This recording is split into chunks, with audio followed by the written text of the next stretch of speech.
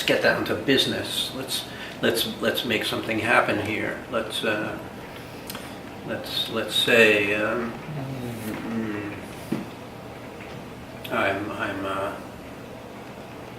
I'm 61 years old. I've got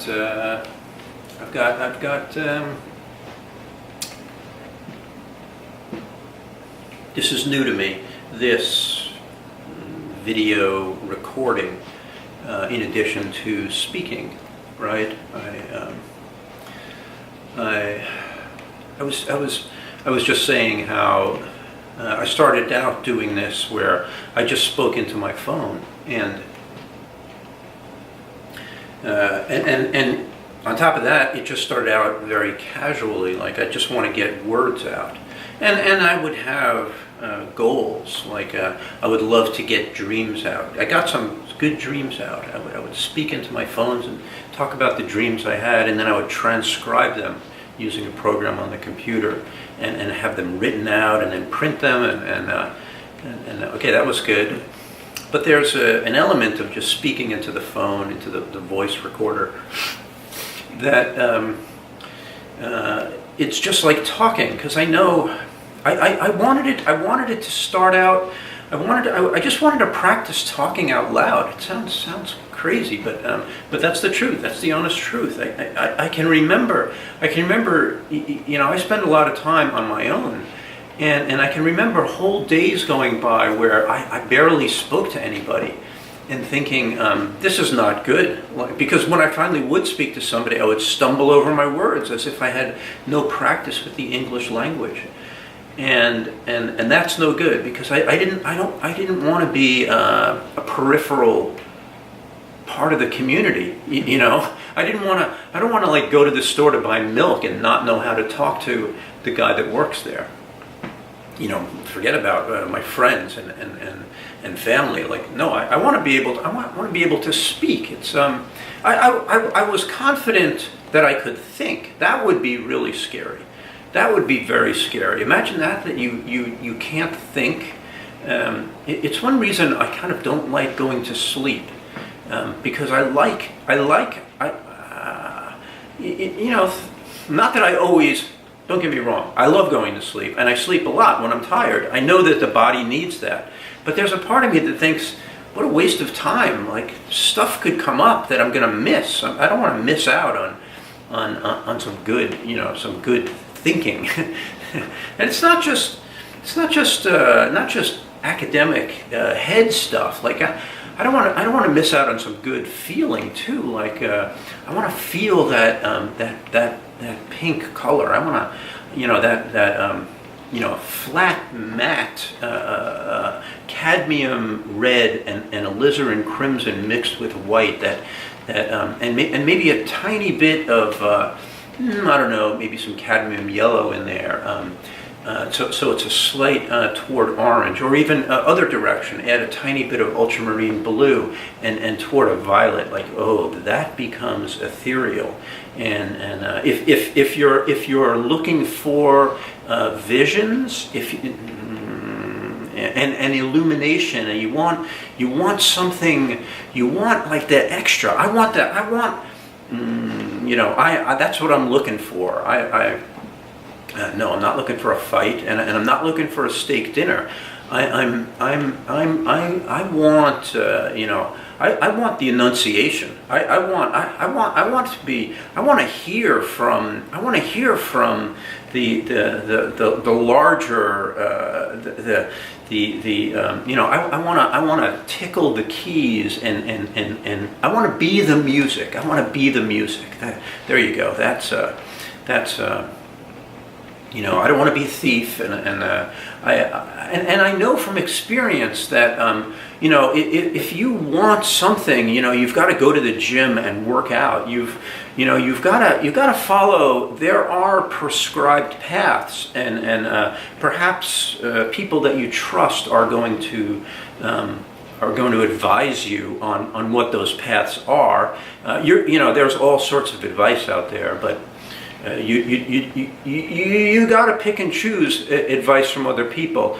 But you're also going to know. I know certain. I know I need to go to the gym. I know I need proper foods. Proper sleep. If I find a poet that I can synchronize with, I just want to read those poems, or a book of philosophy, or fiction, or a piece of music.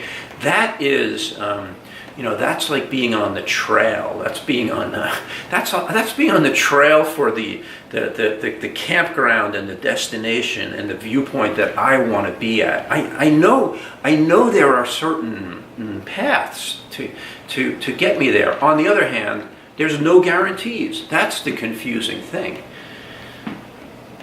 Let me pause about that for a second, because that can be dystopian. That I follow my prescribed routes. Go for a bicycle ride. Clean up the house. Drink good quantities of water. That I know that just because I do things that had happened in the past, that it's no guarantee that I'm going to get where I want to be in the future. And that is the risk that I take, and there's no guarantees. It's too fragile. It's too, I don't understand nature. I don't understand how. I have I've got a good microscope and I can zoom in, but at a certain point I stop zooming. I can't see, I can't see the nanosphere and below, and I can look, but I know it's just so much bigger than me, and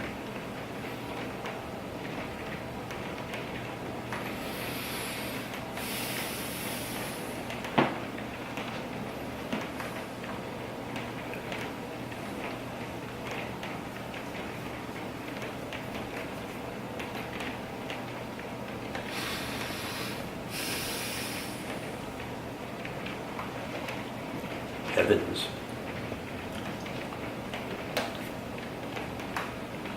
I heard that before. I heard. I was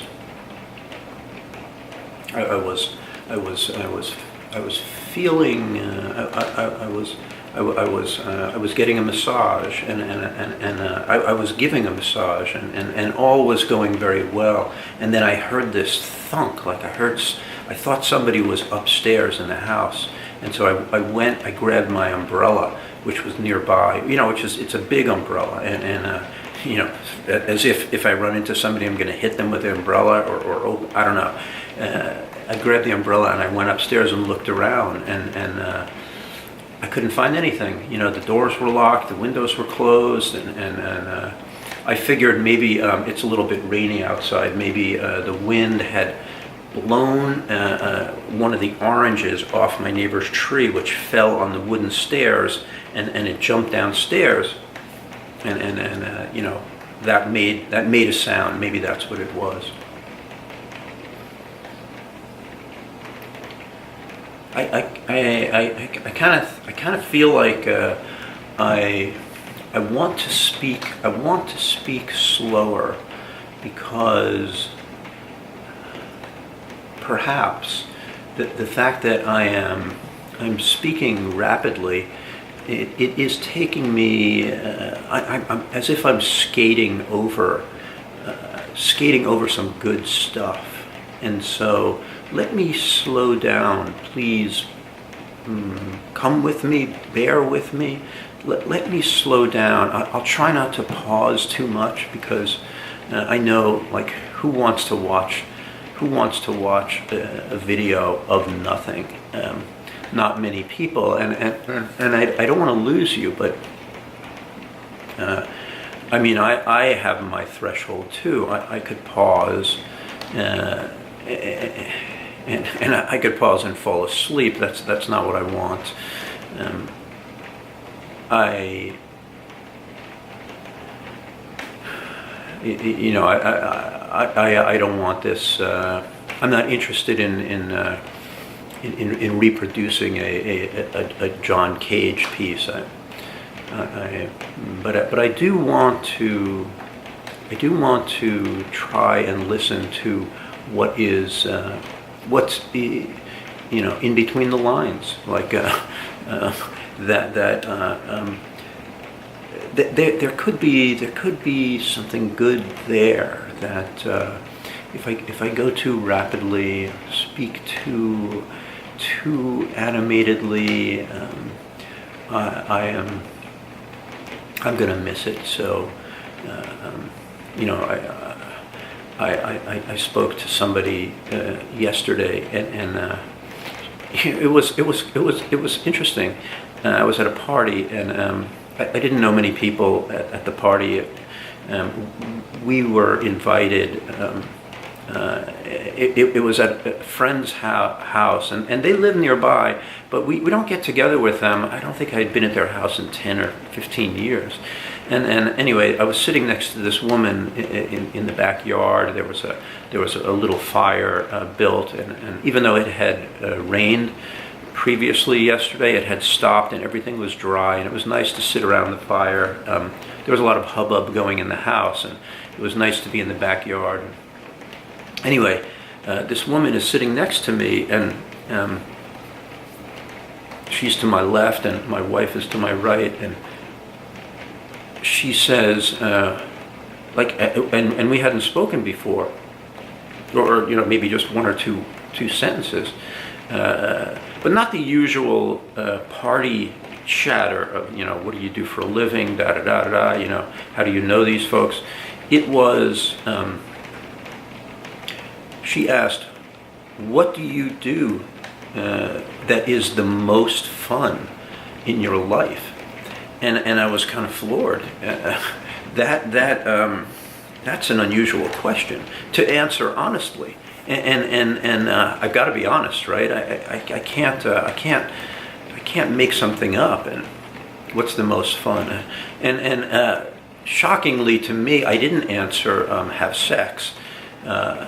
Even though that's pretty much the most fun, but I gave the next best thing, which is I told her I like, actually I kind of put her off, and I pointed to my wife. I let my wife answer the question first, so she spoke for a while, and then I still didn't want to answer, so I asked her, okay, now it's your turn. You tell us what you like to do, and she did, and then I told her that I like to get on stage and discover things, which is that's the thing. That's what that's where I aim, and